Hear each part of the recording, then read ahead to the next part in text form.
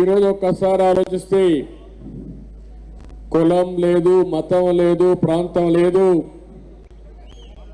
ప్రతి ఒక్కరి ఆలోచన ఒకటి, మళ్ళీ మా జీవితానికి భరోసా కావాలి, మళ్ళీ మా పిల్లల భవిష్యత్తు ఉండాలని ముక్త కంఠంతో కోరుకుంటున్నారు.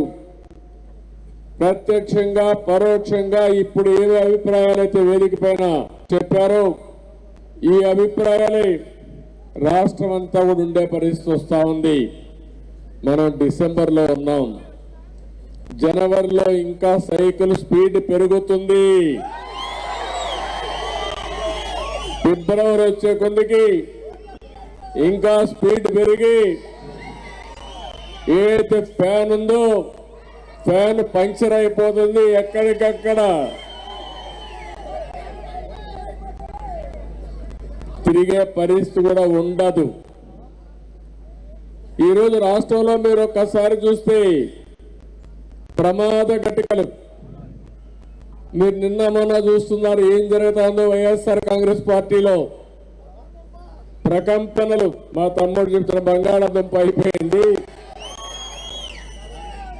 ఇప్పుడు చిల్లర దుంపకు వచ్చింది. మనం చూస్తే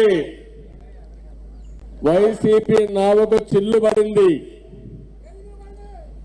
ఇప్పుడు పడవకు ఒకసారి చిల్లు పడితే ఇంక అది బయటపడే పరిస్థితి లేదు. ఎవరైనా దూకి పారిపోతే కొంతమంది ప్రాణాలు కాపాడుకుంటారు, లేకపోతే కొట్టుకొని పోతారు. అదే జరగబోతుంది. నేను ఒకటే చెప్తున్నా, మీరందరూ రాష్ట్రంలో ఆలోచించుకోవాల్సిన అవసరం ఉంది. ఈరోజు మనం అందరం కూడా ప్రజాస్వామ్యంలో ఉన్నాం.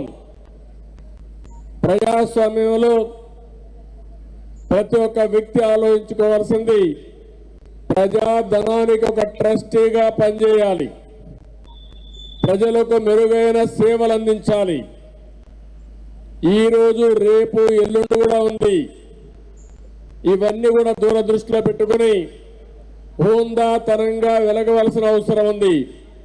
నేను ఒకటే మీ అందరికీ చెప్తున్నా, ఈరోజు 4 సంవత్సరాల 9 నెలలు అయిపోయింది. 3 నెలల తర్వాత జగన్ ఎక్కడికి పోతాడో నాకు తెలియదు. అయితే మనం గుర్తుపెట్టుకోవాల్సింది సాంప్రదాయాలన్నింటినీ కూడా సర్వనాశనం చేసే పరిస్థితికి వచ్చారు. ఎప్పుడన్నా పేపర్లో చూసారా? ప్రజల్ని ఎప్పుడైనా కలిశాడా జగన్ గారు? ఎప్పుడైనా దగ్గరగా మాట్లాడా? ఎన్నికల ముందు మీ అందరికీ ముద్దులు పెట్టాడా లేదా? ఇప్పుడు పిడుగుద్దులు గుర్తున్నాడా లేదా? ఇలాంటి వాళ్ళు నాయకులంటే నాకు అర్థం కావడం లేదు. ఇతను ఒక అపరిచితుడు, చెప్పేదంతా చెయ్యడు. ఎమ్మెల్యేలకు ఇంటర్వ్యూ లేదు. 4.5 సంవత్సరాలుగా ఇప్పుడు కూడా చూస్తే చాలా మందికి ఇంటర్వ్యూలు కూడా ఇవ్వని ప్రబుద్ధుడు. అపాయింట్మెంట్ వాళ్ళ అమ్మకు కూడా ఇవ్వడు. నాకంటే మీరు ఎక్కువ మాట్లాడుతున్నారు. చెల్లెలకు అపాయింట్మెంట్ లేదు, అమ్మకు అపాయింట్మెంట్ లేదు. బాబాయ్ ఇంకేం చేశారో అందరికీ తెలుసు. అంటే ఎవరైనా సరే ఆత్మ గౌరవం ఉండే వ్యక్తి జగన్ దగ్గరికి పోతారండి అని మిమ్మల్ని అడుగుతున్నా.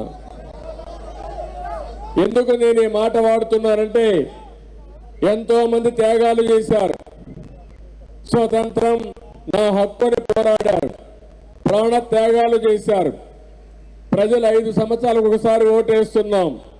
ప్రతి ఒక్క నాయకుడు కోరుకుంటున్నారు, ప్రతి ఒక్క కార్యకర్త కోరుకుంటున్నారు మా నాయకుడు ఆదర్శంగా ఉండాలని. ఏంటి ఎమ్మెల్యేల యొక్క పరిస్థితి? ఒక అరాచక సైన్యాన్ని వదిలిపెట్టాడు ఈ జగన్మోహన్ రెడ్డి. ఆయన ఒక పెద్ద ఎత్తున అరాచకాలు చేస్తా ఉంటే, ఇంకో పక్క ఎక్కడికక్కడ రాష్ట్రం మొత్తం ఎమ్మెల్యేలు కూడా ఇదే మాదిరిగా తయారయ్యారు. ఒక నియంతృత్వం.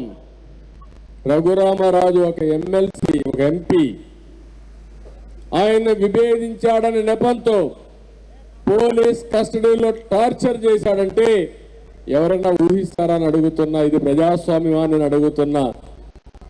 ఇంకో పక్క ఎమ్మెల్యేలందరినీ అవమానించి నిన్న చూశారు ఇంట్లో మామూలుగా పని వాళ్ళు కూడా మార్చాం. ఎమ్మెల్యేల్ని ఎక్కడికక్కడ లెఫ్ట్ అండ్ రైట్ మార్చాడు. నేను ఎప్పుడు 45 ఏళ్లుగా రాజకీయాల్లో ఉన్నా, నేను ఎప్పుడు చూడలా ఇలాంటి పోకళ్ళే నేను చూడలా. ఎమ్మెల్యే అనేది ఒక గౌరవప్రదమైన పదవి. ప్రజాప్రతినిధి ముఖ్యమంత్రి ఎట్టయితే ఒక